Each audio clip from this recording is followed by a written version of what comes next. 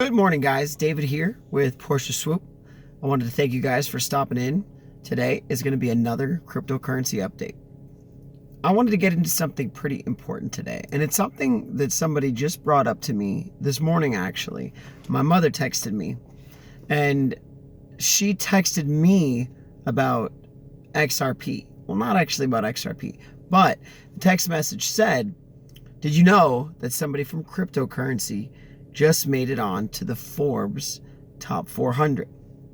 Now, for anybody that follows cryptocurrency or that's been in the space for any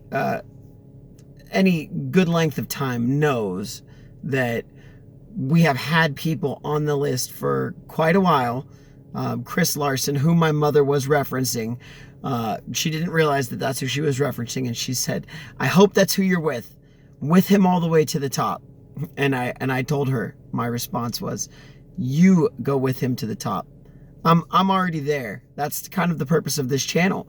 And a lot of these channels is to spread the message and to give people the opportunity to see what we see.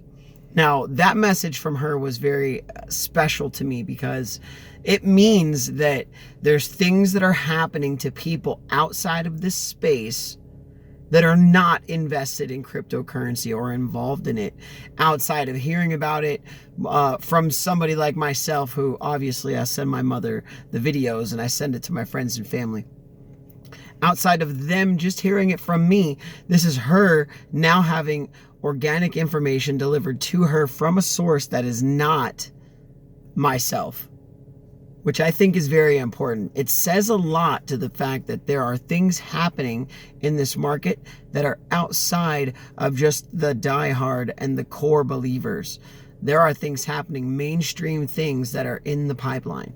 And one of the things that I started to run with here was the fact that she was referencing Chris Larson just getting onto the Forbes top 400, which is pretty interesting because and I had to check because I wasn't sure if somebody else had popped in or what the real situation was. So I checked, found Chris Larson at the 383rd spot. Okay.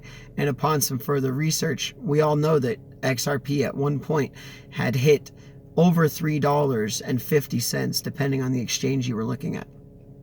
If you do those calculations, Chris Larson's sitting at 383rd position on the Forbes top 400 now, with XRP sitting at 50 cents.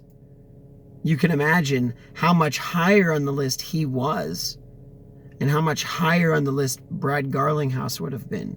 And if David Schwartz, if Joel Katz would have actually taken XRP in his contracts with Ripple, instead of just a percentage of the actual Ripple company, he would also be probably on the list of extremely wealthy people coming from cryptocurrencies.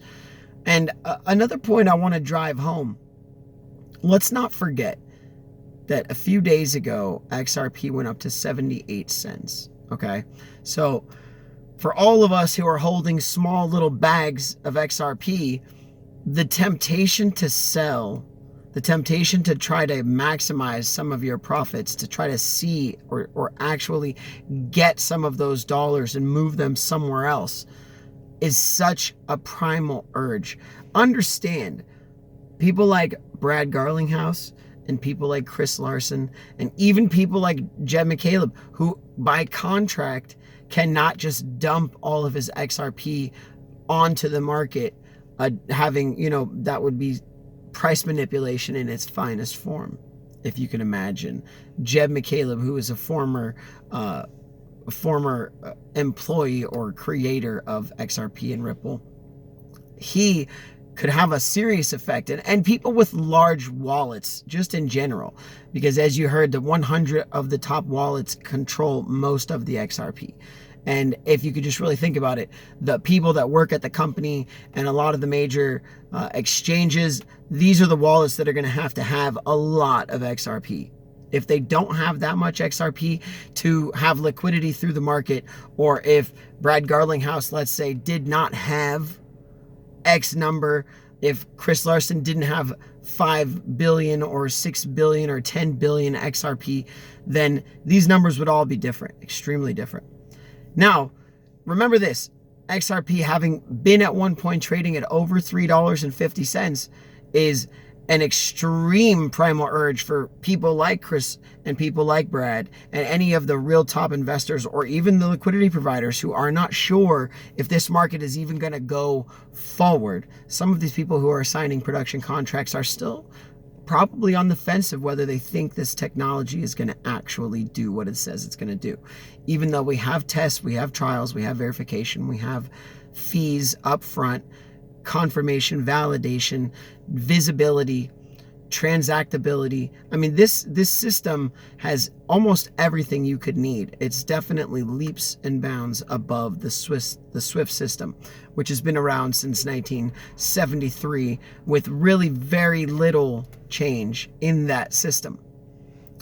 So with Chris and Brad having at one point been cruising up the Forbes list, you could imagine these guys were worth substantially more than they are now. Just like our bags were worth substantially more than they are now. The question is, for all those people that held their bags, for all those people who are still here, do you believe, just like Chris Larson, and just like Brad Garlinghouse, and just like everyone else on the Ripple team, Ashish Burla and David Schwartz, do you believe, just like them and just like myself, that XRP and the Ripple Net and Ripple Labs is the future, or at least has some ability to take a fraction, a small fraction of Swift's business, or to go fully live with Banco Santander, or to go fully live with 10 central banks, even moving 2% of their yearly cross-border payments? This thing is getting ready to explode. If you can understand, the bags are not empty, and they're not valueless. They're only valueless if you sell them. Thank you guys very much.